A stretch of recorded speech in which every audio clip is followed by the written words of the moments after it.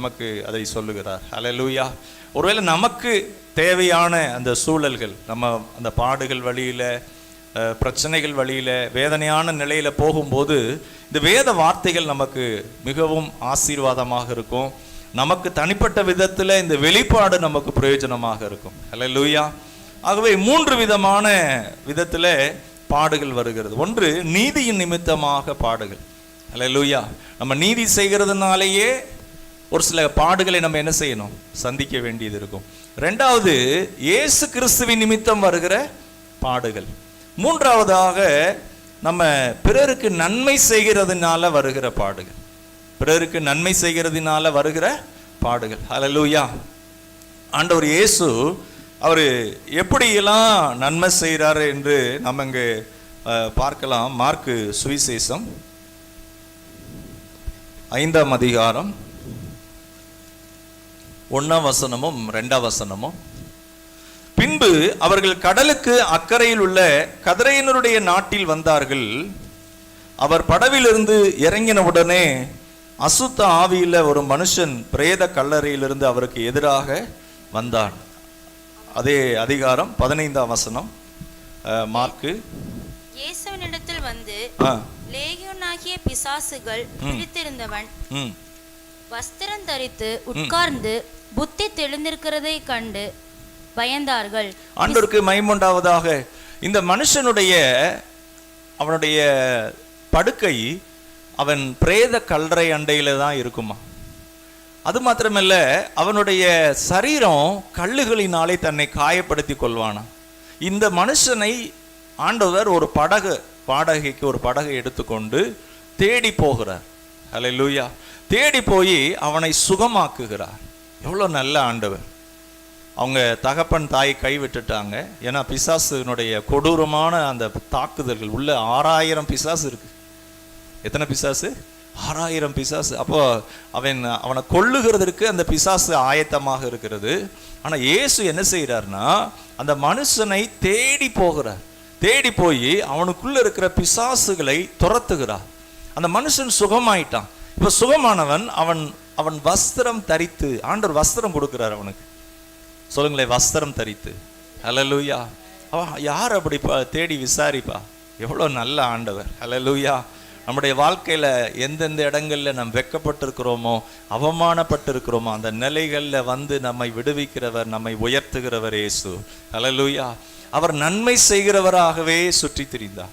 அப்போ இன்றைக்கு நாம் இந்த இயேசுவை பார்க்கும்போது நம்ம இயேசுவை எங்கே பார்க்கலாம்?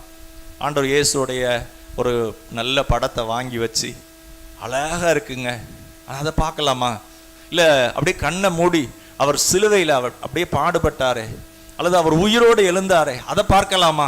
இல்லை இல்லை, அவர் மறுரூபமானார் பாருங்க, சூரியனை காட்டிலும் அதிக பிரகாசமா, அதை நினைக்கலாமா அப்படின்னு நம்ம நினைக்கலாம். ஆனால் நம்ம எங்கே பார்க்கலாம் அப்படின்னா, இந்த வேத வசனங்களில் இயேசுவை பார்க்கலாம். ஹல்லேலூயா. அவர் எப்படிலாம் வாழ்ந்தார், எப்படிலாம் ஜெயித்தார், எப்படிலாம் வல்லமையாக இருந்தார். அப்போ இதை நம்ம பார்க்கும்போது நம்முடைய வாழ்க்கையும் அந்த வெளிப்பாடுகளை கர்த்தர் நமக்கு தருவார். எப்படி நம்ம வெற்றியா இருக்கலாம், அதன் மத்தியில் இயேசு எப்படி ஜெயிக்கிறார். நம்முடைய வாழ்க்கையில நமக்கு நிறைய சவால்கள் வரலாம், நிறைய சோதனைகள் வரலாம். பாருங்க, இயேசு சொன்னாரு, ஒரு தலைவனாக அப்போஸ்தலனை உருவாக்குகிறார் பேதுருவை. அந்த பேதுருவை பார்த்து ஆண்டவர் சொல்றாரு, அந்த கெத்சமனையில சொல்றாரு, அடுத்த லீடர்ஷிப் அவங்க தான். ஆண்டவர் இயேசுக்கு அடுத்து அப்போஸ்தல ஊழியம், ஒரு நல்ல தலைமை, அவர் தான், பேதுரு தான் தலைவராக வரப்போறார். ஆனா ஆண்டவர் சொல்றாரு, எழுப்பி விட்டு சொல்றாரு, நீங்கள் சோதனைக்குள் அகப்படாதபடி விழித்திருந்து ஜெபம் பண்ணுங்கள். ஹல்லேலூயா. ஆனால் இயேசு ஜெபிக்கிறார், இயேசு விழித்திருந்து ஜெபம் பண்றாரு, போராடி ஜெபிக்கிறாரு. அவர் ஜெபிக்கிறதுனால அவர் மறுதளிக்கவே இல்லை. நீர் தேவகுமாரனா அப்படின்னு கேட்குறாங்க. ஆமா, நான் தேவகுமாரன், மனுஷகுமாரன் தான். அப்படி நான் வானத்தில் வருவேன், எல்லாரும் அதை காண்பார்கள். ஹல்லேலூயா. மறுதளிக்கவே இல்லை, தைரியமா சொல்றார். ஆனா பேதுரு ஜெபிக்காததுனால, பாருங்க, ஒரு தலைவனாக நம்முடைய குடும்பத்தில் நமக்கு இருக்கிற பகுதிகளில் நாம் எவ்வளவு ஜாக்கிரதையாக இருக்கிறோம். த ரெஸ்பான்சிபிலிட்டி. அவர் அங்க ஜெபிக்காததுனால 3 முறை ஆண்டவர் சொல்றார், பிறகு நீங்க தூங்குங்க அப்படின்னு சொல்லிடுறார். அந்த ஜெபிக்காததுனால அடுத்த கொஞ்ச நேரத்திலே சோதனைக்குள்ள போயிடுறாங்க. அன்பானவர்களே, இன்றைக்கு நம்ம ஆண்டவர் இயேசு அவர் தன்னை நிறுத்துறாரு, அவர் நமக்கு ஒரு முன்மாதிரியா அதை செஞ்சு காமிக்கிறாரு. அது அப்போஸ்தலர் பேதுருக்காக அல்ல, நமக்கு அது எழுதப்பட்டிருக்கிறது. ஹல்லேலூயா. பாருங்க, அப்படி சோதனையில அவர் எப்படி போய் சிக்கிறாருன்னா, 2 முறை சேவல் கூவுகிறதுக்குள்ளே 3 முறை என்னை என்ன செய்வ மறுதலிப்பா. அப்ப இன்றைக்கு நமக்கும் அந்த வார்த்தை, நம்ம எப்பெல்லாம் ஜெபிக்கலையோ, நம்ம குடும்பத்துல பிள்ளைகள் ஜெபிக்கலையோ, நம்ம வீட்டுல ஜெபத்துல பிள்ளைகளை நடத்தலையோ, அந்த பிள்ளைகளை நாம் சோதனைக்குள்ளே தள்ளி விடுகிறோம். ஒருவேளை நம்ம ஜெபிக்கல அப்படின்னா நம்ம குடும்பமே சோதனைக்குள்ள போகுது.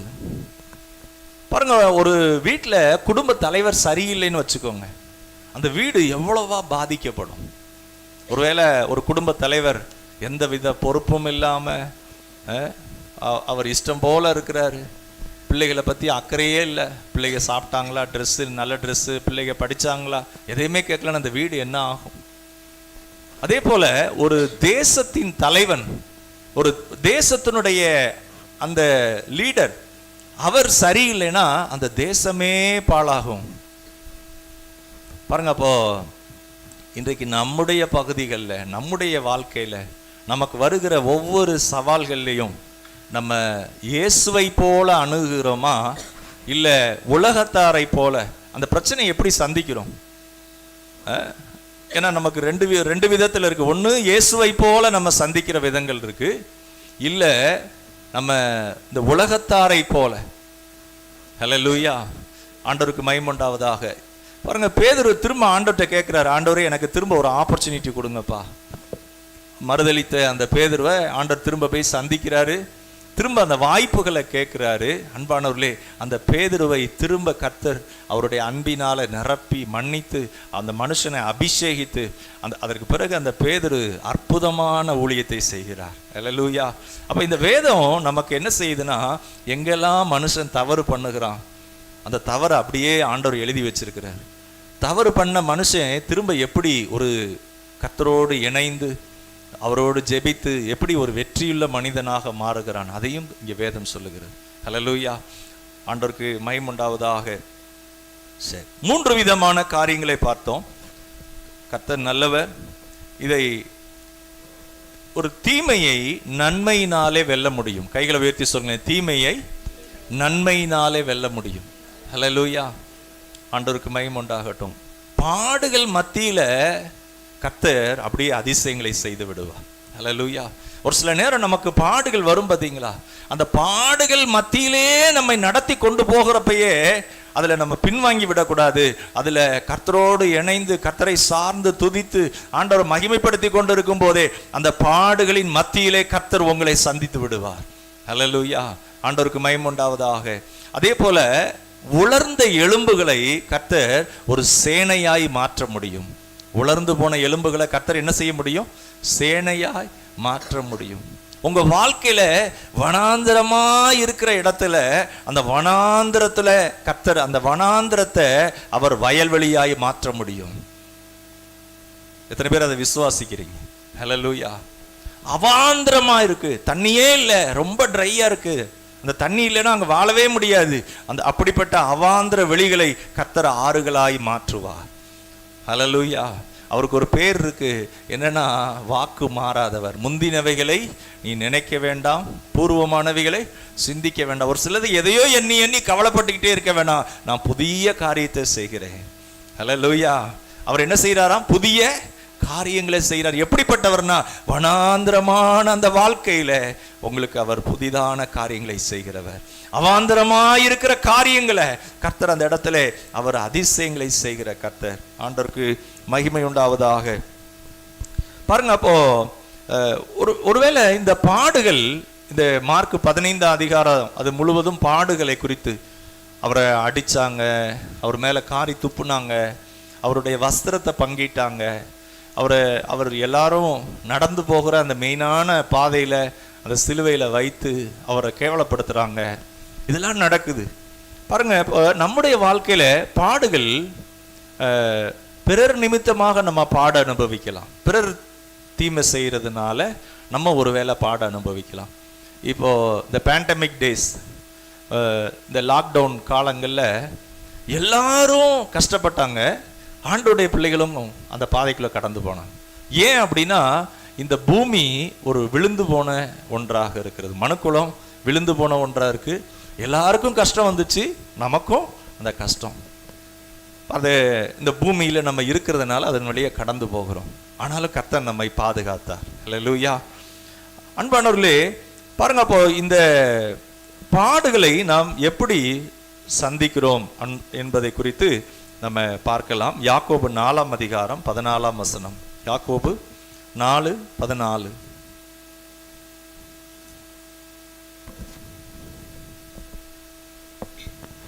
நாளைக்கு நடப்பது, ஒரு நிமிஷம், யாக்கோபு 4:17. ஆதலால் ஒருவன் நன்மை செய்ய அறிந்தவனாயிருந்தும் அதை செய்யாமற் போனால் அது அவனுக்கு பாவமாயிருக்கும். ஒருவன் நன்மை செய்ய அறிந்தவனாயிருந்தும் அதை செய்யாமற் போனால் அது அவனுக்கு பாவமாயிருக்கும். ஹல்லேலூயா. நம்ம ஒருவேளை ஒரு பேரண்ட்ஸா பிள்ளைகளுக்காக ஜெபிக்க முடியுமானால், பிள்ளைகளை அந்த கர்த்தருடைய நீதியில நடத்த முடியுமானால், நம்மை சுற்றி இருக்கிற கெட்டு போகிற அப்படிப்பட்ட சமுதாயத்தில் அவங்களுக்காக ஜெபம் பண்ணி அவர்களையும் அந்த நீதிக்குள்ள நடத்த முடியுமானால், ஆண்டவர் சொல்றாரு, அதுக்காக தான் கர்த்தர் நம்மை தெரிந்து கொண்டிருக்கிறார். ஹல்லேலூயா. எதற்காக? இந்த உலகத்தில் அநியாயமும் அக்கிரமமும் நடக்கிறத பார்த்து அவங்களில் ஒருவராக நம்ம இருக்கக்கூடாது, அதை கண்டுகொள்ளாமல் போயிடக்கூடாது. அதற்காக ஜெபித்து அந்த பாதைகள், அந்த அப்படிப்பட்ட தீமைகள், அசுத்தங்கள் அது மாறும்படியாக நம்ம ஆண்டவர்கிட்ட ஜெபிக்க வேண்டும். ஹல்லேலூயா. நம்ம பரிசுத்தமாக இருக்கணும். ஆண்டவர் சொல்கிறார், நான் பரிசுத்தராக இருக்கிறது போல நீங்களும் பரிசுத்தராக இருங்க. ஒருத்தவங்க அக்கிரமம் பண்ணுறாங்கன்னு நம்மளும் அக்கிரமமாக அந்த தீமையின் லெவலுக்கு கீழே இறங்கிடக்கூடாது. ஏன்னா நம்மை ஆண்டவர் ரட்சித்து இருக்கிறார். ஹல்லேலூயா. அவர் பரிசுத்தராய் இருக்கிறது போல நீங்களும் பரிசுத்தராய் இருங்கள். ஹல்லேலூயா. ஆகவே இங்கே சொல்லப்பட்டிருக்கு, ஒருவன் நன்மை செய்ய அறிந்தவனாய் இருந்தும் அதை செய்யாமற் போனால் அது அவனுக்கு பாவமா. நம்ம ஆத்மாவுக்கு நன்மை செய்யணும். ரட்சிக்கப்பட்டிருக்கிற நம்மளை பரிசுத்தமா பாதுகாத்து கொள்ளணும்.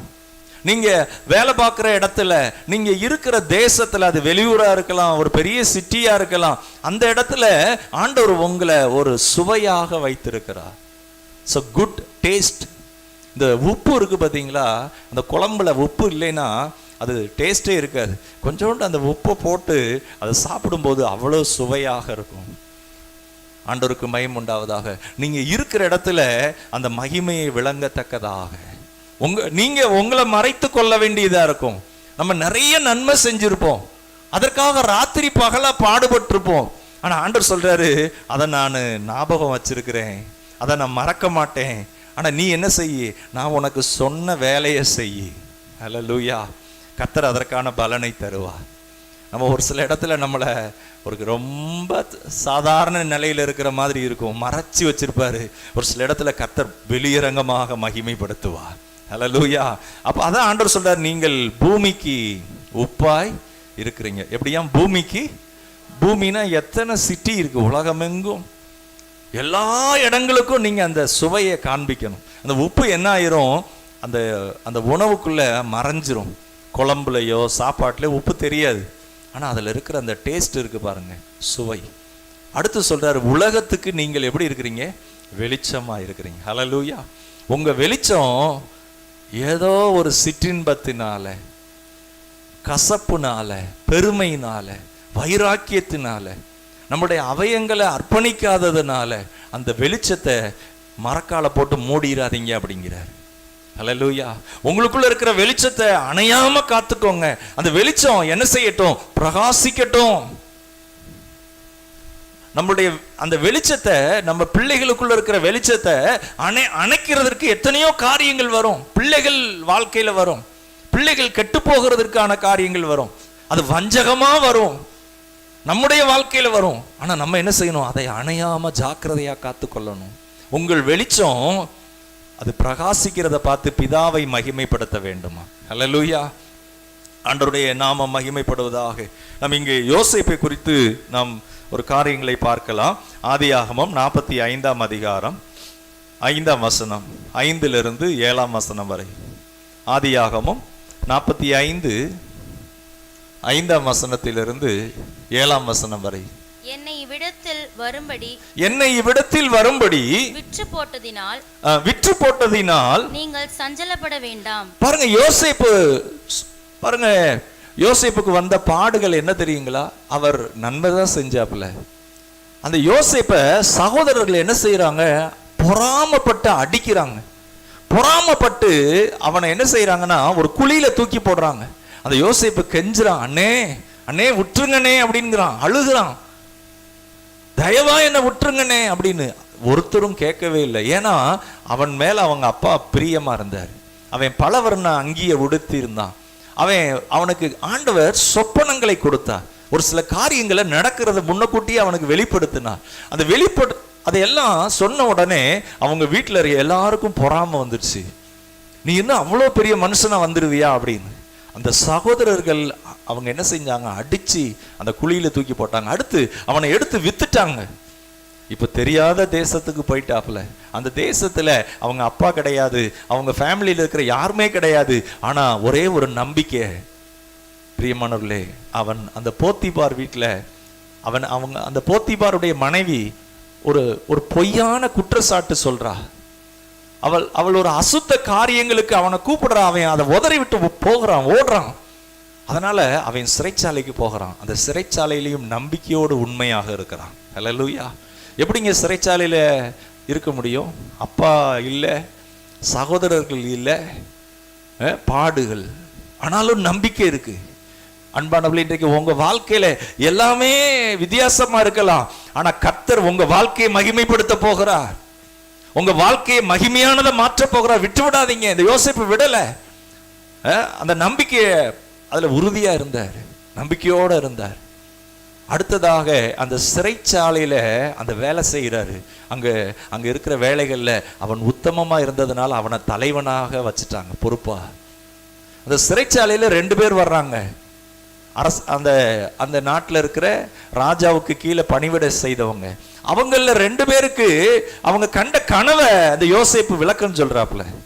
அவங்களுக்கு என்ன நடக்க போகுதுங்கிறத சொல்றாரு. அப்படி சொன்னதுனால ஒருவன் இறந்து போயிட்டான்.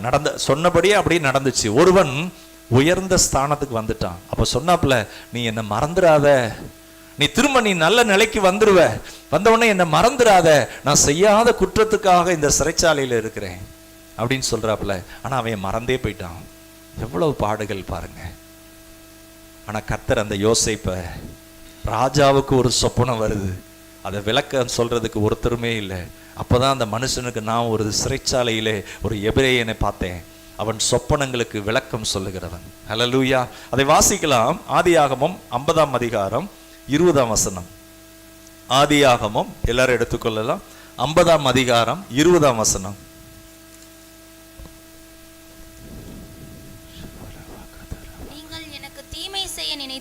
நீங்கள் எனக்கு தீமை செய்ய நினைத்தீர்கள், தேவனோ இப்பொழுது நடந்து வருகிறபடியே வெகு ஜனங்களை உயிரோட காக்கும்படிக்கு அதை நன்மையாக முடிய பண்ணினார். பாருங்க, இங்க சொல்லப்பட்டிருக்கு, நீங்கள் எனக்கு தீமை செய்தீர்கள். இல்ல, என்ன செஞ்சாங்களாம்? தீமை. ஆனா தேவன் என்ன பண்ணாரா? இந்த யோசேப்புடைய பார்வையை பாருங்க. நீங்க தீமை செய்ய நினைத்தீங்க, நீங்கள் எனக்கு தீமை செய்ய நினைத்தீர்கள், தேவனோ இப்பொழுது நடந்து வருகிறபடியே வெகு ஜனங்களை உயிரோடே காக்கும்படிக்கு அதை நன்மையாக முடிய பண்ணினார். ஹல்லேலூயா. அந்த யோசேப்புடைய பார்வையை பாருங்க. நீங்க தீமை செய்ய நினைத்தீங்க, ஆனா தேவனோ எனக்கு அதை எப்படி முடிய பண்ணினார்? நன்மையாக முடிய பண்ணினார். திரும்ப அந்த வசனத்தை வாசிக்கலாம். ஆதியாகமம் 45 7ஆம் வசனம்.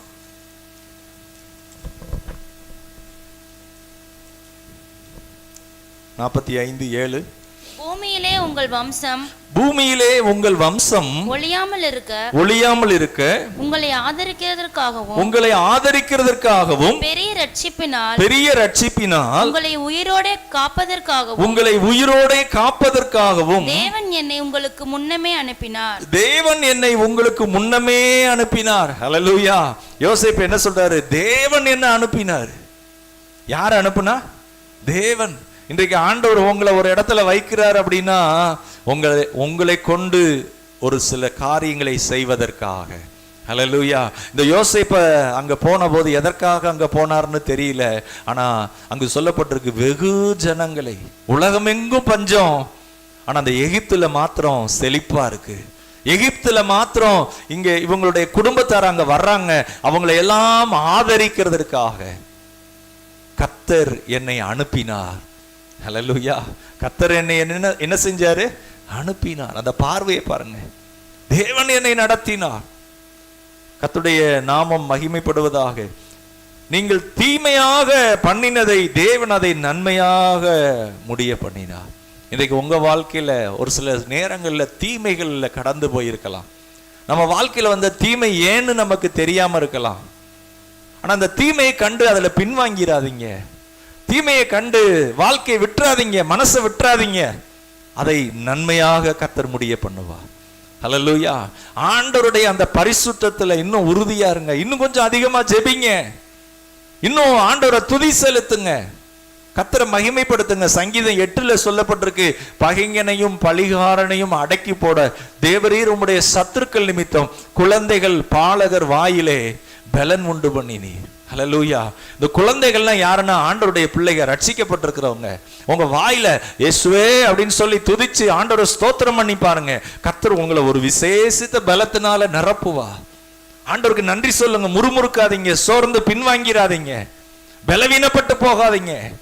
அங்கு சொல்லப்பட்டிருக்கு பகைஞனையும் பழிகாரனையும். ஒரு காரியத்தை உங்க வீட்டுல ஒரு விசேஷம், அதுக்காக ஆயத்தமாகறீங்க, ஆனா அதுல நிறைய பிரச்சனை வரும். ஜெபம் பண்ணுங்க, துதிங்க. ஏசப்பா நீங்க வந்து அங்க நில்லுங்கப்பா, நீங்க வந்து அதை ஆசீர்வதிங்க அப்படின்னு சொல்லி ஆண்டவரை துதிச்சு மகிமைப்படுத்தி பாருங்க. அந்த ஜெபத்தை அதிகமாக்குங்க. சபை ஐக்கியத்துல கூடி ஜெபம் பண்ணுங்க. கர்த்தர் அந்த இடத்துல வந்து நிற்பார். ஹல்லேலூயா. கர்த்தர் உங்களுக்காக அவர் பகைஞனையும் பழிகாரனையும் அவர் அடக்கி போடுவார்.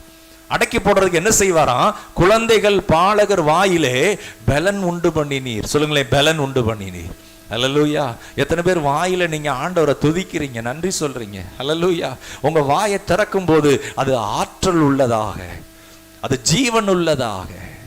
ஆண்டவர் வாயை திறக்கிறாரு. அந்த வாயை திறக்கும் போதே அங்க என்ன நடக்குதுன்னா அவயங்கள் உயிர் வருகிறது. வாயை திறக்கும் போதே பிசாசுகள் ஓடுகிறது. நம்ம வாயிலிருந்து வருகிற வார்த்தை எப்படி இருக்கணும்னா ஆண்டவருடைய மகிமையினால, ஆண்டவருடைய பிரசன்னத்தினால, உங்க வாழ்க்கை குறித்த அந்த தரிசனம், சூழ்நிலைகள் வித்தியாசமா இருந்தா கூட நீங்க விசுவாசிக்கிற அந்த காரியங்கள் அதுவே உள்ள அப்படியே நிரம்பி நிரம்பி நானும் என் ஆண்டவரும். ஹல்லேலூயா. நல்லா கவனிங்க. ரிலேஷன் என்பது ஒரு தகப்பன் பிள்ளைக்கு இடையில ரிலேஷன் என்பது அது ஒரு பேர், அப்பா பிள்ளை. ஆனா ஃபெல்லோஷிப் அப்படிங்கிறது என்னன்னா அது அவரோட பழகுவது. ஹல்லேலூயா. நம்ம ரட்சிக்கப்பட்டிருக்கலாம், நமக்கு ரிலேஷன் இருக்கு. நம்ம யாரு? நான் ஆண்டவருடைய பிள்ளை. ஆனா உங்களுக்கு அவரோட ஃபெல்லோஷிப் இருக்கா? அவரோட நேரம் எடுத்து அவர் சமூகத்துல உட்கார்ந்து நீங்க நன்றி சொல்றீங்களா? சின்ன சின்ன காரியங்களுக்கு கூட கர்த்தரை தேடுறீங்களா? அவர் வார்த்தைக்கு கீழ்ப்படியலைன்னா உடனே போய் ஆண்டவரே என்னை மன்னிங்க, என்னை பரிசுத்தப்படுத்துங்க, என்னை உங்களுடைய ரத்தத்தினால கழுவுங்க அப்படின்னு சொல்லி அவரோடு அந்த பலனை கேட்குறீங்களா? ஆண்டவர் பேதுருக்கு சொல்றாரு, ஓம் பலத்தை நீ சார்ந்து கொள்ளாத. ஏன் ஜெபம் பண்ண சொல்றாரு தெரியுங்களா? நிறைய உலகத்தில் இருக்கிற மனுஷர்கள் சொல்லுவாங்க, நான் செஞ்சேன், நான் பாடுபட்டேன், நான் ராத்திரி பகலா உழைக்கிறேன், நாங்க இப்படிலாம் கஷ்டப்பட்டோம், நாங்க இப்படிலாம் சேர்த்தோம் அப்படிம்பாங்க. ஆனா நிச்சயமா ஒரு நாள் அது அவங்கள அவ்வளோ பாடுபட்டாலும் அவ்வளோ செஞ்சாலும் கடைசி அது ஒன்றுமில்லாமல் போய்விட வாய்ப்பு இருக்கு. ஆண்டவர் சொன்னார், ஒரு மனுஷன் உலகம் முழுவதையும் ஆதாயப்படுத்தி கொண்டாலும் தன் ஜீவனை நஷ்டப்படுத்தினான். பேதுருக்கு ஆண்டவர் சொல்றார், உன் பலத்தை நீ சார்ந்து கொள்ளாத பேதுரு, நீ என்ன செய்ய? ஜெபம் பண்ணி தேவனுடைய பலத்தை கேளு. உன் மாம்ச பலத்துல ஓடாத, நீ நான் இதில் செஞ்சிருவேன், நான் இப்படி போயிடுவேன், நான் இந்த நாட்களுக்குள்ள. இல்ல, கர்த்தர் உங்க வாழ்க்கையில இடைபட இடம் கொடுங்க. ஆச்சரியமா வந்து உங்களை அற்புதமாய் நடத்துவார். ஹல்லேலூயா. ஆண்டவருக்கு மகிமை உண்டாகட்டும். மீன் பிடிக்கிறவங்க, அது மாத்திரமல்ல, சாதாரண ஆட்கள், அவங்க இயேசுவோடு அவங்களுக்கு ஃபெல்லோஷிப் இருந்தது, நல்ல ஐக்கியம் இருந்தது. இன்றைக்கு உங்களுக்கும் ஆண்டவருக்கு இடையில ரிலேஷன் அல்ல, அந்த ஃபெல்லோஷிப்.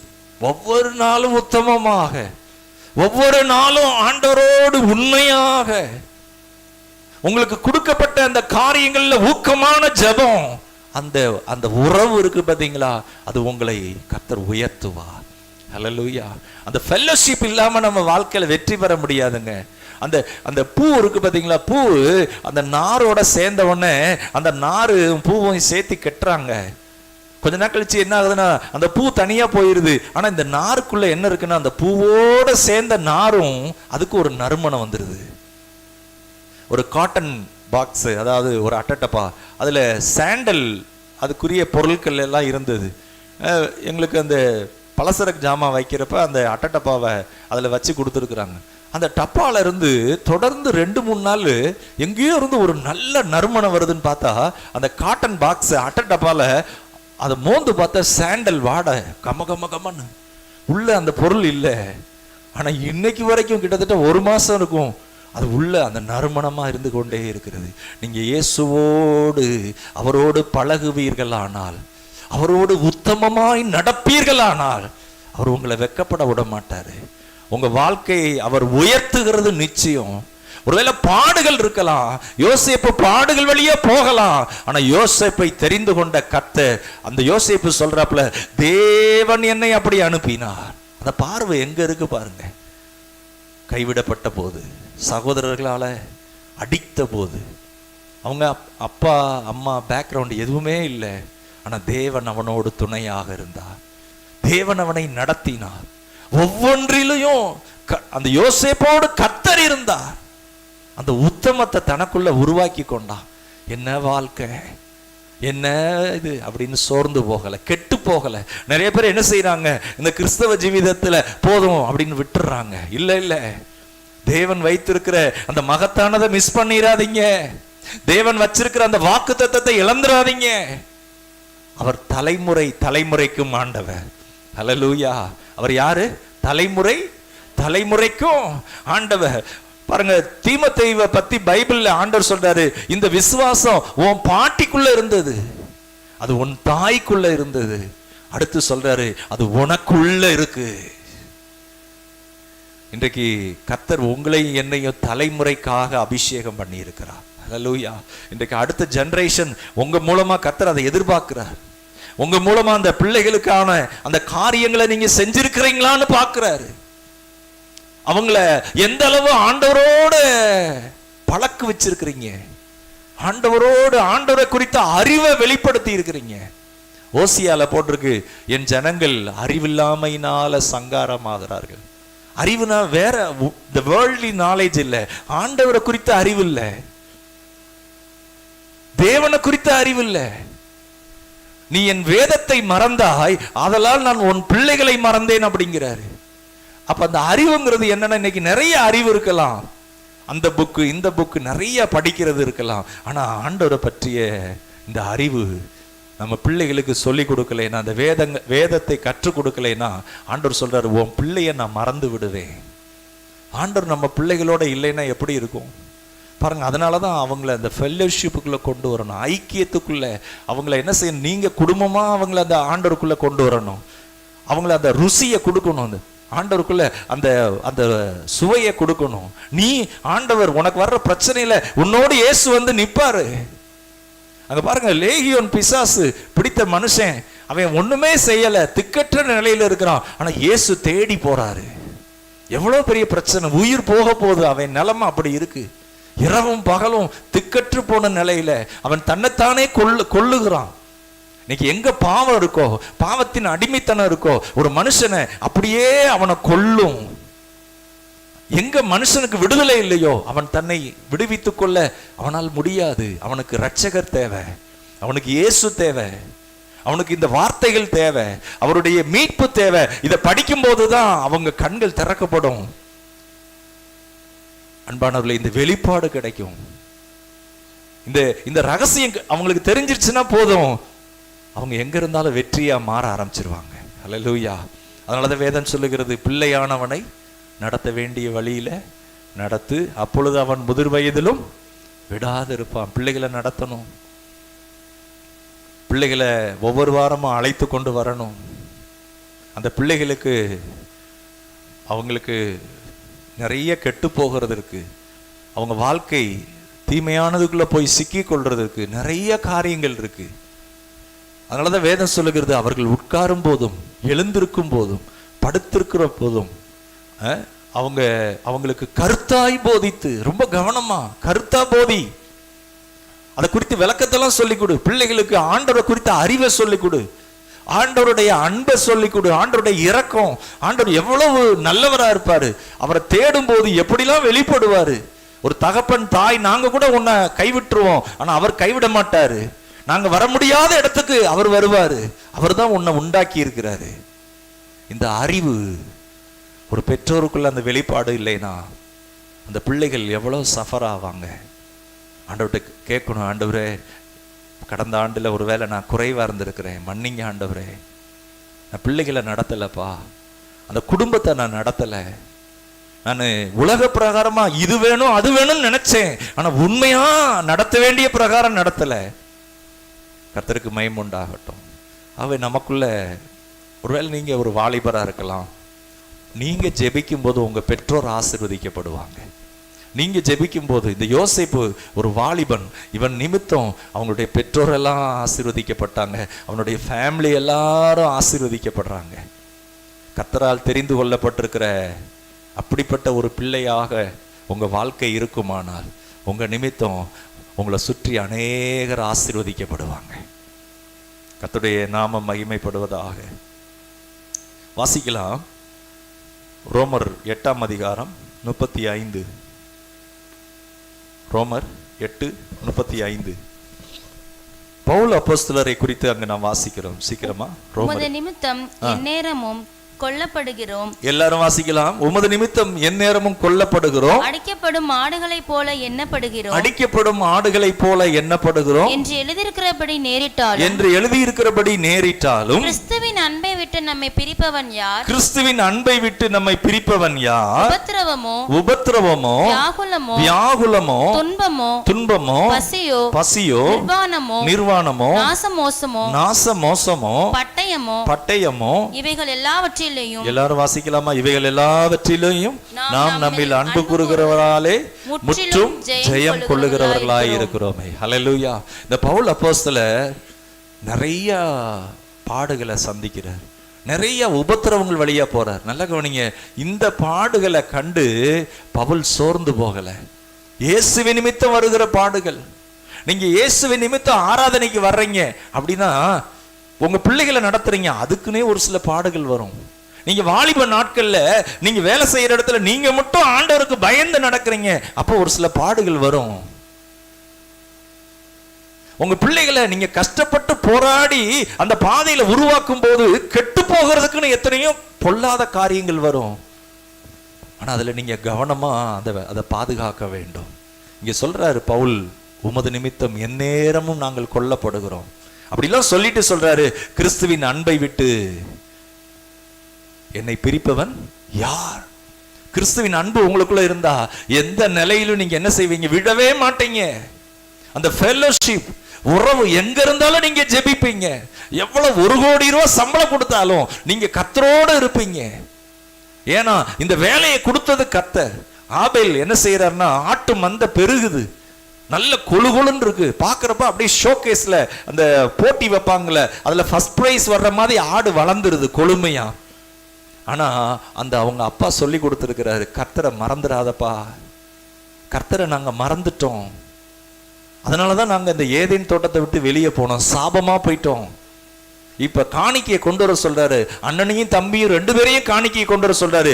பைபிள்ல போட்டிருக்கு, ஆபேலை முதல்ல கர்த்தர் அங்கீகரித்தார், தன்னையே ஆண்டவருக்கு கொடுத்துட்டான். அவன் மனசுல என்னன்னா, ஆண்டவரே இந்த கொளுத்த ஆடு நான் வளர்த்த ஆடு இல்லப்பா, நீங்க தான் பாதுகாத்தீங்க, அதனால இந்த ஆடு சீக்கு வராம இருந்தது, அதனால இந்த ஆடு பெருகுனது, அதனால இந்த ஆடு குட்டி போட்டுச்சு. இன்னைக்கு நிறைய நேரம் நான் வளர்த்தது, நான் சம்பாதிச்சது, என்னுடையது சொல்லலைங்க. ஆபேலுக்கு அந்த வெளிப்பாடு வந்துருச்சு. அதனால அவன் சொன்னான், ஆபேல், வேதம் சொல்லுகிறது, ஆபேலையும் அவன் காணிக்கையும். முதல்ல ஆபேல. இன்றைக்கு உங்களையும் என்னையும் கர்த்தர் என்ன பார்க்கிறாருன்னா, நம்முடைய ஆவியை பார்க்கிறாரு, ஆத்துமாவை பார்க்கிறாரு, சரீரத்தை பார்க்கிறாரு. இந்த ஆவியில உணர்வு இருக்கணும். இது என் பிள்ளை இல்ல, கர்த்தர் அவர் பிள்ளையை என்கிட்ட கொடுத்திருக்கிறாரு. இந்த பிள்ளையை நான் பரிசுத்தமா நடத்தணும், நீதியில நடத்தணும், அவருடைய ஆசீர்வாதத்துக்குள்ள நான் கொண்டு வரணும். என்கிட்ட கணக்கு கேட்பாரு கர்த்தர். அப்படி ஒரு உத்தரவாதம் எடுத்தா ஆண்டவர் உங்க பிள்ளைகள்ல மகிமைப்படுவாரு. உங்க பிள்ளைகளை கர்த்தர் உயர்த்துவாரு. நீங்க உயர்த்துறது இல்லைங்க, கர்த்தருக்குள்ள உங்க பிள்ளைகள் நடத்த அவங்களே அந்த உறவு, வாக்குத்தத்தங்களும் வெளிப்பாடுகளும். இந்த யோசேப்பு சொல்றாரு பாருங்க, இவ்வளவு பாடு. ஒரு ஆடு கொடுத்திருந்தாங்க, ஜொமாட்டோல ஒரு ஆர்டர் வருதான். அந்த ஜொமாட்டோக்காரரு ஒரு 20 நிமிஷத்துக்குள்ள அந்த உணவு பொருளை கொண்டு போகணுமா. ஒருவேளை அது சென்னைன்னு வச்சுக்கோங்க. சென்னையில சிக்னல் போட்டாங்கன்னா ஒரு சில நேரம் 20 நிமிஷம் கூட ஆகும். அதுவும் டிராஃபிக்ல மாட்டிக்கிட்டா ரொம்ப கஷ்டம்.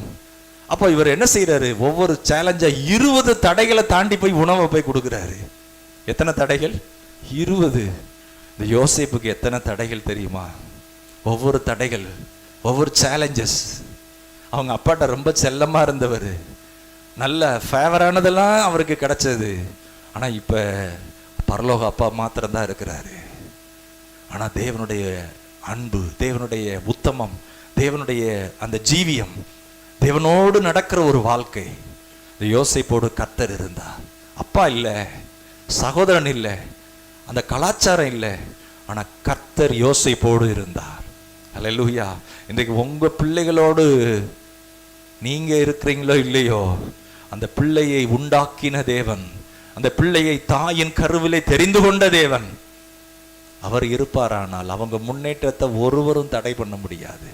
யோசேப்பு சொல்றாரு, தேவன் உங்கள் எல்லாருக்கும் ஜீவரட்சணை பண்ணும்படி முன்னே என்னை அனுப்பினார். எப்படி அனுப்புனாரா? முன்னே அனுப்புனார். இன்றைக்கு நமக்குள்ள அப்படி ஒரு வெளிச்சம் இருக்கணும். அல்லேலூயா. கர்த்தருக்கு மகிமை உண்டாகட்டும். உங்க வாழ்க்கை அப்படி. இந்த ஆபேல் தன்னை முதலாவது ஒப்பு கொடுத்தான். அவன் நினைவெல்லாம் என்ன தெரியுமா? சிறந்தது, சிறந்தது. என் வாழ்க்கையில நான் சிறப்பா இருக்கிறேன்னா அது கர்த்தரால தான். நான் இன்னைக்கு சுகமா இருக்கிறேன்னா கர்த்தரால தான். இன்னைக்கு நான் கர்த்தருக்குள்ள நான் பாதுகாப்பா பரிசுத்தமா இருக்கிறேன்னா கர்த்தரால. அப்படி உணர்ந்து சொல்றான், ஆண்டவரே உமக்கு நான் சிறந்ததை கொடுப்பேன், பெஸ்டானதை கொடுப்பேன், மிச்சம் மீதியே இல்லை. இன்னைக்கு நிறைய நேரம் ஆண்டவருக்கு கொடுக்கும்போது நம்ம வேலையெல்லாம் செஞ்சுட்டு, ஆண்டவரே இருங்க ஆண்டவரே நான் பிஸியா இருக்கிறேன், ஞாயிற்றுக்கிழமை ஓய்வு நாள் ஆராதனை, ஆண்டவரே எனக்கு நிறைய ஒர்க் இருக்கு, காது குத்து இருக்கு, ஆண்டவரே எனக்கு ஒரு கல்யாண வீடு இருக்கு, எனக்கு ஆண்டவரே சடங்கு வீடு இருக்கு, ஆண்டவரே வீடு பால் காய்ச்சறாங்க, எல்லாம் இருக்கு, எனக்கு நிறைய கமிட்மெண்ட் இருக்கு ஆண்டவரே, பிஸி பிஸி, ஐ ஆம் பிஸி, வெயிட் பண்ணுங்க ஆண்டவரே, இருங்க இருங்க, எல்லாம் உங்களுக்கு தெரியும். ஆண்டவர் துக்கப்படுவாரு. வேதம் சொல்லுகிறது, முதலாவது தேவனுடைய ராஜ்யத்தையும் அவருடைய நீதியையும் தேடுங்கள், முதலாவது. ஆனா நம்ம நிறைய நேரம் என்ன பண்ணிடுறோம், நானே செய்கிறேன் ஆண்டவரே, நானே பார்க்குறேன்ப்பா, நீங்க கொஞ்சம் அமைதியா இருங்க. வேதத்தில் போட்டிருக்கு, இஸ்ரவேலர்கள் தேவனுடைய கரத்தை என்ன செய்தாங்களாம், மட்டுப்படுத்தினாங்க. ஆண்டவருடைய வாக்குத்தத்தம் அந்த கைகள் வருது, ஆண்டவர் இஸ்ரவேல் ஜனங்களை ஆசீர்வதிக்கிறதுக்கு இப்படி வர்றாரு. அவங்க சொல்றாங்க, வராதீங்க ஆண்டவரே வராதீங்க, முறுமுறுக்குறாங்க, தாறுமாறா பேசுறாங்க. இன்னைக்கு நம்ம எத்தனை காரியங்கள்ல முறுமுறுக்கிறோம், தாறுமாறா பேசுறோம். கர்த்தர் நம்ம சத்தத்தை கேட்கிறாரே, ஒரு வார்த்தையை நம்ம கொட்டுனோம்னா ஆண்டவர் அங்க வரமாட்டாரே. சிலுவையில அடிக்கிறப்ப அவர் வாயை திறந்து சபிச்சிருக்கலாம். அவங்க சொல்றாங்க, நீர் எத்தனை பேரை ரட்சித்தீர், சிலுவையிலிருந்து உம்மை ரட்சித்துக் கொள்ளும், விடுவிச்சு கொள்ளும் அப்படிங்கிறாங்க. அப்படின்னா என்ன அர்த்தம், உன் மகிமை காமியம் அப்படிங்கிறாங்க. வாயை திறக்கலங்க, ஒண்ணுமே செய்யல. ஏன் தெரியுமா, இன்றைக்கு நீங்களும் நானும் ரட்சிக்கப்படுவதற்கு, ஹல்லேலூயா, உலகம் எங்கும் ரட்சிக்கப்படுவதற்கு அவர் என்ன செஞ்சார், அந்த பாடுகளை ஏற்றுக்கொண்டார். அவர் தழும்புகளாலே நாம் குணமாகிறோம். கைகளை உயர்த்தி சொல்லுங்களேன், அவருடைய தழும்புகளாலே நாம் குணமாகிறோம். அவர்தாமே என் பலவீனங்களை ஏற்றுக்கொண்டு என் நோய்களை சுமந்தார். ஹல்லேலூயா. கிறிஸ்து தாமே மரத்திலே எனக்காக, என் குடும்பத்திற்காக, என் பிள்ளைகளுக்காக, என் சந்ததிக்காக சாபமானார். மரத்திலே சாபமானார். என்னை மீட்டு கொண்டார். ஹல்லேலூயா. ஆசீர்வாதத்துக்குள்ளே உங்களை கொண்டு போகிறார்.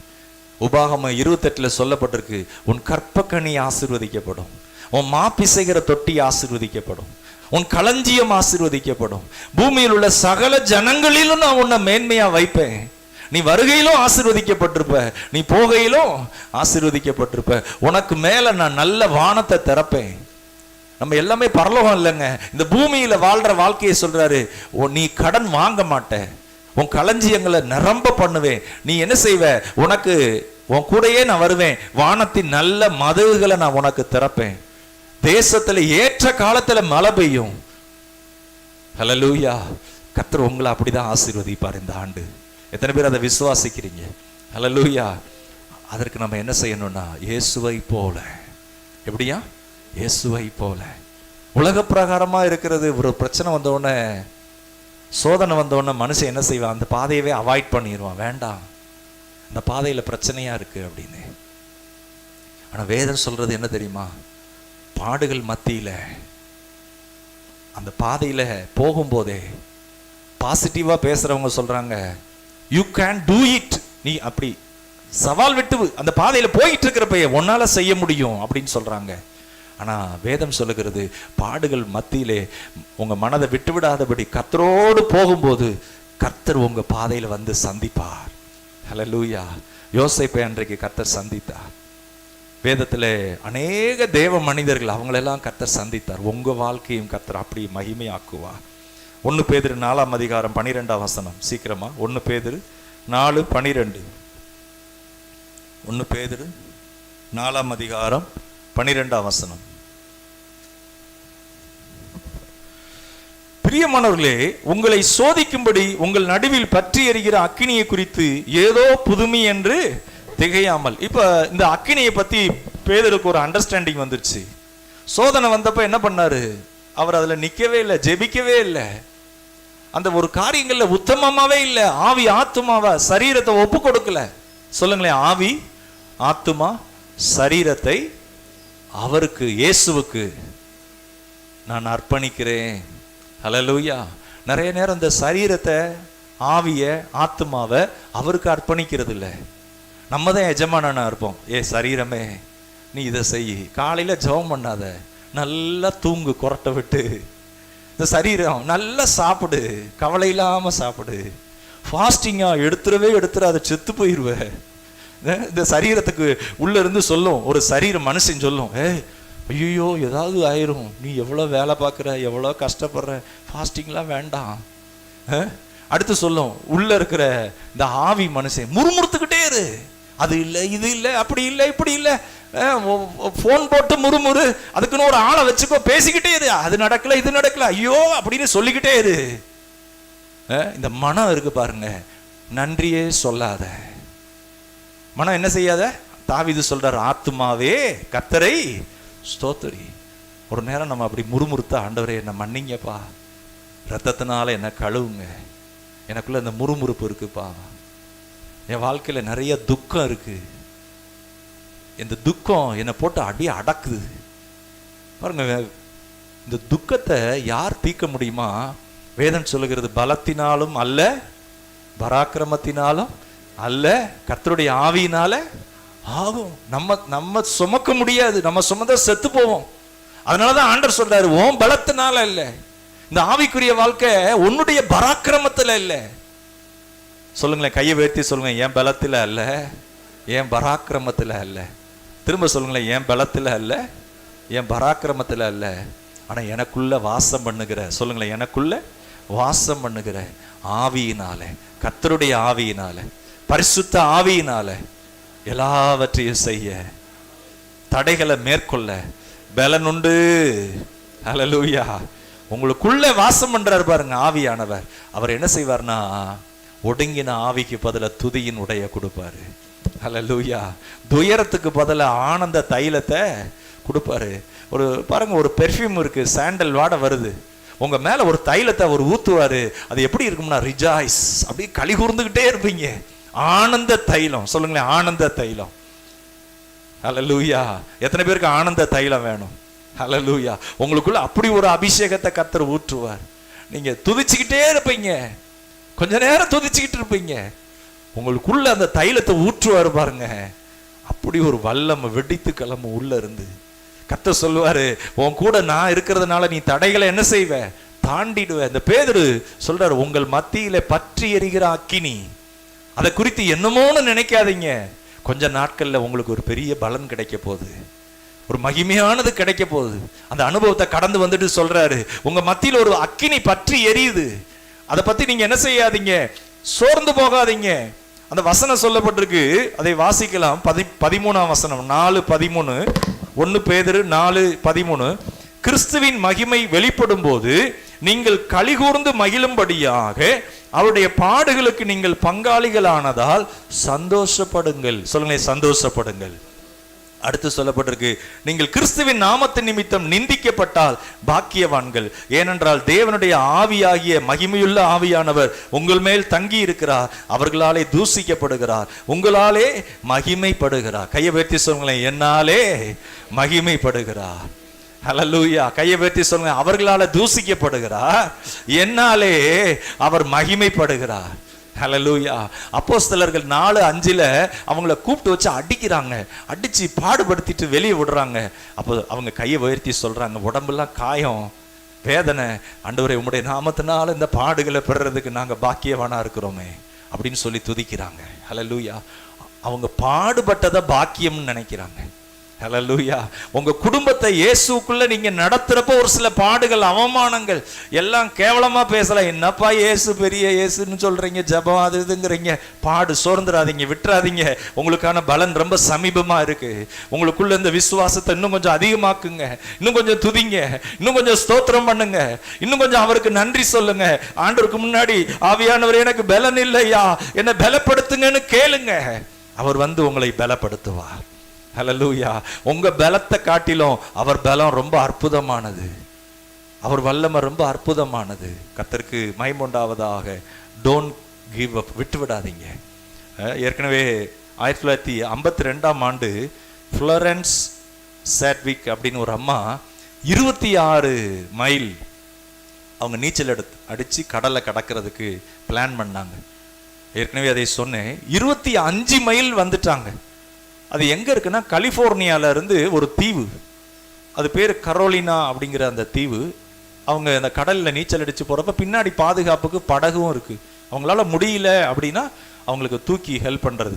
25 மைல் பிரயாணம் பண்ணிட்டாங்க. அன்னைக்குன்னு பார்த்து அந்த மேகமா ஃபுல்லா மூடி இருந்தது, அந்த தீவு தெரியல.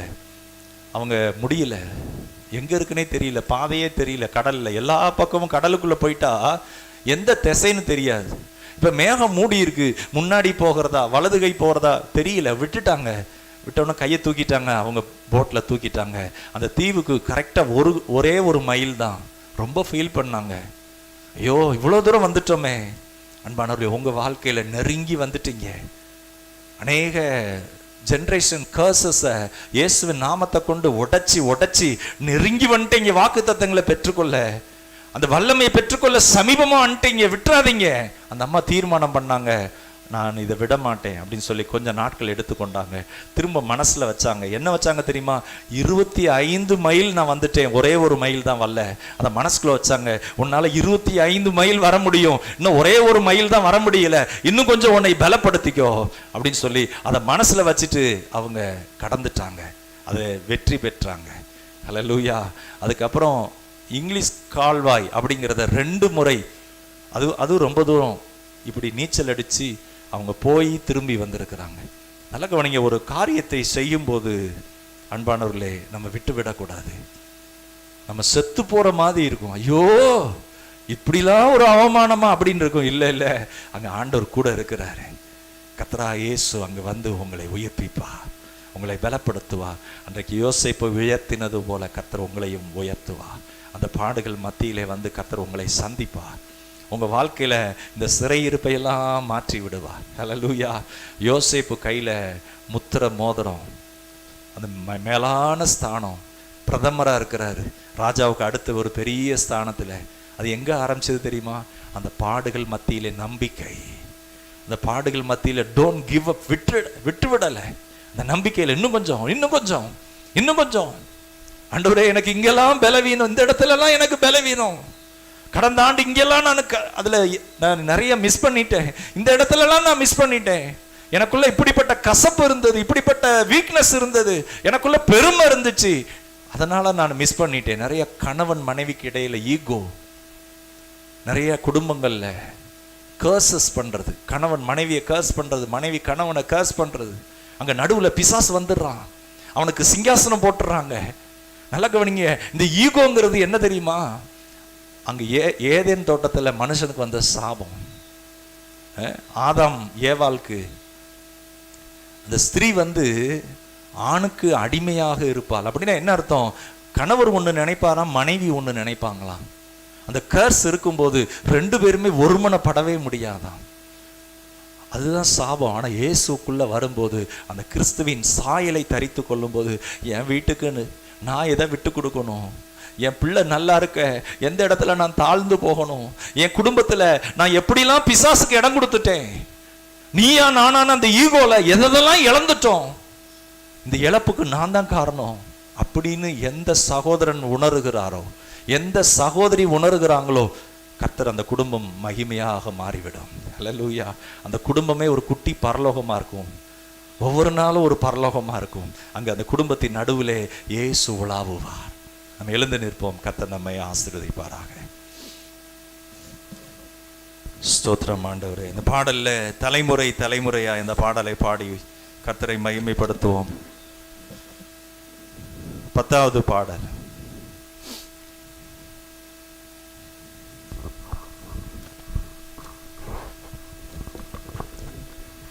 கரங்களை உயர்த்தி ஹல்லேலூயா ஹல்லேலூயா. ஆண்டவர் சமூகத்தில், ஆண்டவரே எனக்கு பலன் தாங்க, ஆண்டவரே உங்க வல்லமை எனக்கு தாங்க, ஆண்டவரே ஆண்டவரே என் பிள்ளைகளை நடத்த எனக்குள்ள ஒரு ஒழுங்குள்ள ஒரு வாழ்க்கை இருக்கத்தக்கதாக, உம்மோடு ஒரு சரியான ஐக்கியம் இருக்கத்தக்கதாக நீங்க எனக்கு கொடுத்த பிள்ளைகளுக்காக நன்றி ஆண்டவரே. நீங்க எனக்கு கொடுத்த குடும்பத்துக்காக கைகளை உயர்த்தி அப்படியே ஸ்தோத்திரம் பண்ணுங்களேன். நீங்க எனக்கு கொடுத்த வேலைக்காக நன்றி ஆண்டவரே. நீங்க எனக்கு கொடுத்த பேரண்ட்ஸுக்காக நன்றி. நீங்க எனக்கு கொடுத்த சபை ஐக்கியத்திற்காக நன்றி ஆண்டவரே. ஹல்லேலூயா.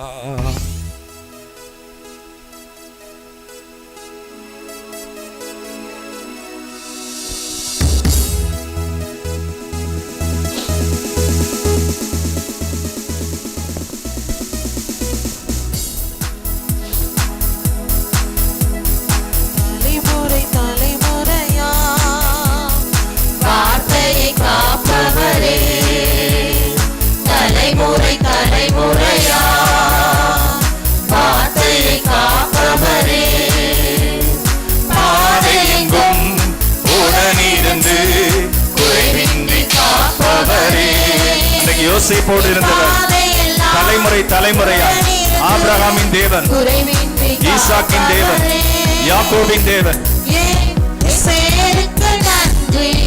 எல்லாரும் சேர்ந்து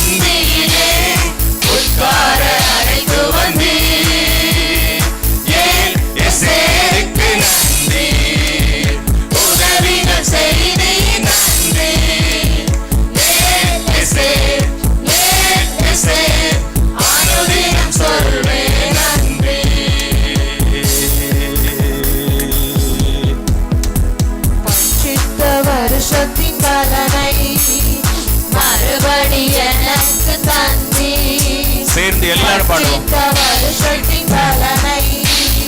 மறுபடி எனக்கு தந்தி, முன்மாறியும் பின்மாறியும் சரியான நாளில் தந்தி.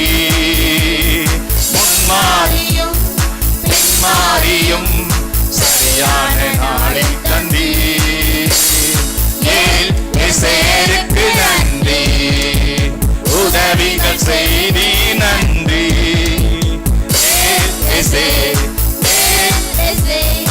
அனுதினம் சொல்வேன் நன்றி.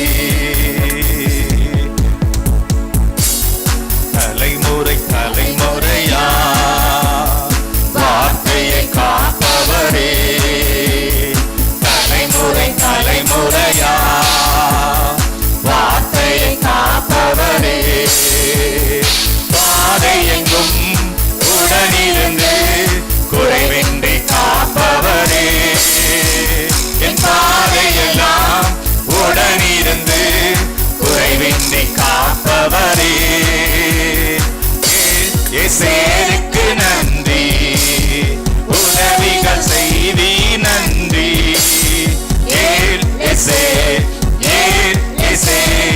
அனுதினம் சொல்வேன் நன்றி.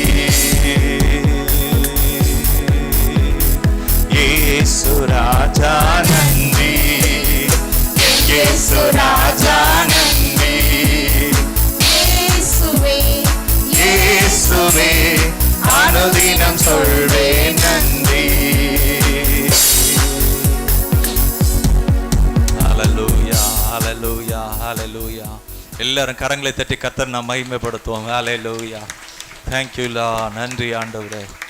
ஓ, கரங்களை உயர்த்தி ஆண்டவரே ஸ்தோத்திரங்க தா. கைகளை உயர்த்தி ஓ ஹல்லேலூயா. அவர் உங்களை விசாரிக்கிறவரானபடியா உங்கள் கவலைகள் எல்லாம் அவர் மேல வைத்து விடுங்கள். ஹல்லேலூயா. கைகளை உயர்த்தி சொல்லுங்க, அவர் உங்களை விசாரிக்கிறவரானபடியா உங்கள் கவலைகளை எல்லாம், சத்தமா சொல்லுங்க, எல்லாம். ஹல்லேலூயா. ஒரு கவலை இல்லை, எல்லா கவலையும் யார் மேல வச்சிடணுமா? ஜெபத்துல உட்கார்ந்து ஆண்டவரே எனக்கு இந்த பிரச்சனை, ஆண்டவரே நான் இப்படி இங்க எனக்கு இது இல்ல இல்ல, அவர் எல்லாம் அவர் அறிஞ்சிருக்கிறார். விசுவாசத்தை பேசுங்க. கர்த்தர் என் மேய்ப்பரா இருக்கிறார், நான் தாழ்ச்சி அடையேன். ஹல்லேலூயா.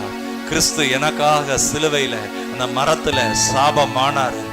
ஆபிரகாமின் ஆசீர்வாதம் என் பிள்ளைகளுடையது, என் சந்ததியுடையது. பேசுங்க, அப்படியே சொல்லுங்க, இரவெல்லாம் துதிங்க, கர்த்தரை ஸ்தோத்திரம் பண்ணுங்க.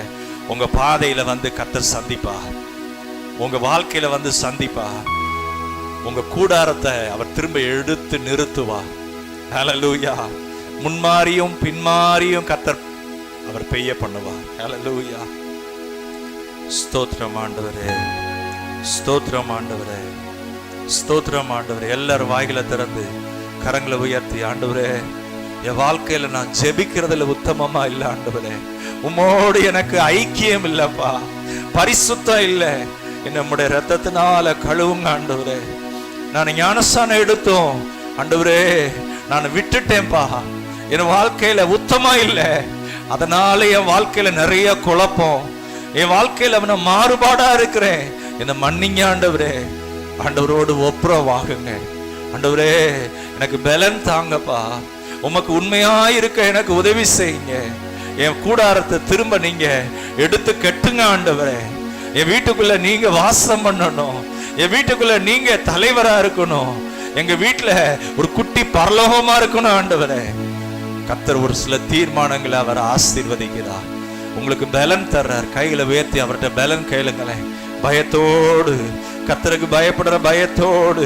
வாலிப நாட்கள்ல எத்தனையோ அசுத்தங்கள், எத்தனையோ தீமைகள் உங்களை கொல்ல நினைக்கிறதுக்கு பிசாசு வலைய விரிச்சிருக்கிறான். நீ உன் பாதையை விட்டுரு, இயேசுவை விட்டுரு அப்படின்னு சொல்றான். அதுக்குள்ள போயிடாதீங்க. கர்த்தர் உங்களுக்கு மகிமையானதை வச்சிருக்கிறாரு, நல்ல காலங்களை வைத்திருக்கிறார், உங்க பிள்ளைகளுக்கு நல்ல எதிர்காலத்தை வைத்திருக்கிறார். அதை ஒருவனும் தடை பண்ண முடியாது. ஆண்டவர் சொல்றார், இதோ நான் திறந்த வாசலை உனக்கு முன்னாடி வச்சிருக்கிறேன், திறந்த வாசலை உனக்கு முன்னாடி வச்சிருக்கிறேன், உன் பிள்ளைக்கு முன்னாடி வச்சிருக்கிறேன், உன் சந்ததிக்கு வச்சிருக்கிறேன், உன் தலைமுறைக்கு வச்சிருக்கிறேன். அதை ஒருவனும் பூட்ட மாட்டான். உன் மேல வைத்த என் ஆவிய உன் சந்ததியின் மேலும், உன் சந்ததியின் சந்ததியின் மேலும் ஆண்டவர் சொல்றார், நான் ஊற்றுவேன். உன் வாயில அருளின என் வார்த்தைகளை உன் மேல ஊற்றின அந்த வார்த்தைய உன் சந்ததியின் மேல. கையை வைத்து சொல்லுங்களேன், என் சந்ததியின் மேல தலைமுறை தலைமுறையாக திரும்ப சொல்லுங்களேன், தலைமுறை தலைமுறையாக ஹல்லேலூயா நாங்கள் கர்த்தரை சேவிப்போம். ஹல்லேலூயா, அவருடைய வார்த்தையை சேவிப்போம், அவர் நாமத்தை சேவிப்போம். இதுவே எங்கள் பிரஸ்தாபம். சொல்லுங்களேன், இதுவே எங்கள் பிரஸ்தாபம். கர்த்தர் உங்க தலைமுறையை அவர் எடுத்துக்கிறார், பொறுப்பெடுக்கிறாரு. உங்க தலைமுறை மேல அவர் மகிமை ஊற்றப்படுது. யோசேப்புக்கு அந்த ஆசீர்வாதம் எங்க வந்ததுன்னா, ஆபிரகாமுக்கு கர்த்தர் வாக்கு பண்ணினது, ஆபிரகாமுக்கு கர்த்தர் உடன்படிக்கை பண்ணினது. தகுதியே இல்லாத அந்த மனுஷன்கிட்ட கர்த்தர் உடன்படிக்கை பண்ணாரு. ஈசாக்கின் இடத்துல அது விளங்குது. அவர் ஈசாக்கின் தேவன், யாக்கோபின் தேவன். அவர் அந்த யோசேப்பின் இடத்துல கர்த்தர் அதை விளங்க பண்றாரு. இன்றைக்கு உங்க தலைமுறைக்குள்ள கர்த்தர் அதை விளங்க பண்ணுவார். எத்தனை பேர் அதை விசுவாசிக்கிறீங்க? ஹல்லேலூயா.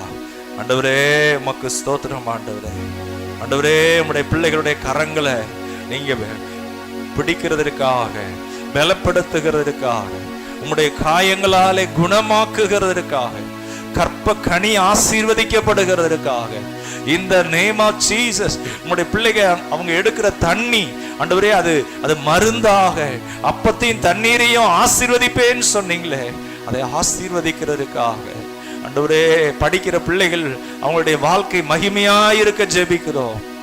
தேங்க்யூலா. கையின் பிரயாசங்களை ஆசீர்வதிங்கப்பா. பிள்ளைகளை கர்த்தர் ஆண்டவரே உம்முடைய வெளிச்சத்தினாலே, வார்த்தையின் வெளிப்பாடுகளாலே நிரப்புங்கப்பா.